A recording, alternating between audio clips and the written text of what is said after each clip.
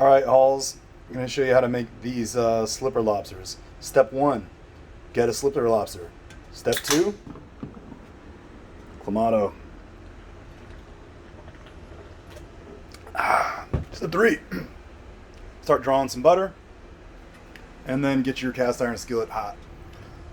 With a pretty sharp knife, cut the slipper lobster in half long ways, remove the digestive tract right there, and then more clamato.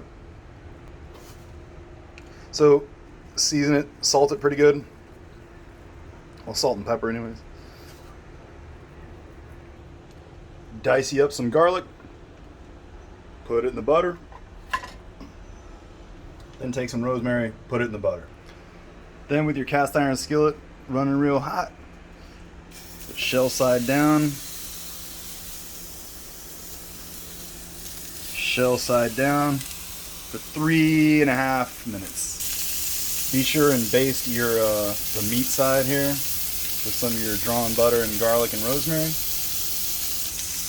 Oh, damn it, forgot. Clamato. Then you turn it meat side down. I'm gonna do it for 2 minutes.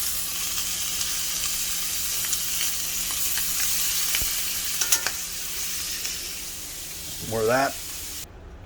Real important, as you take them out of the pan, you don't neglect the clamato. When you pull them out of the shell, it should have that beautiful red color.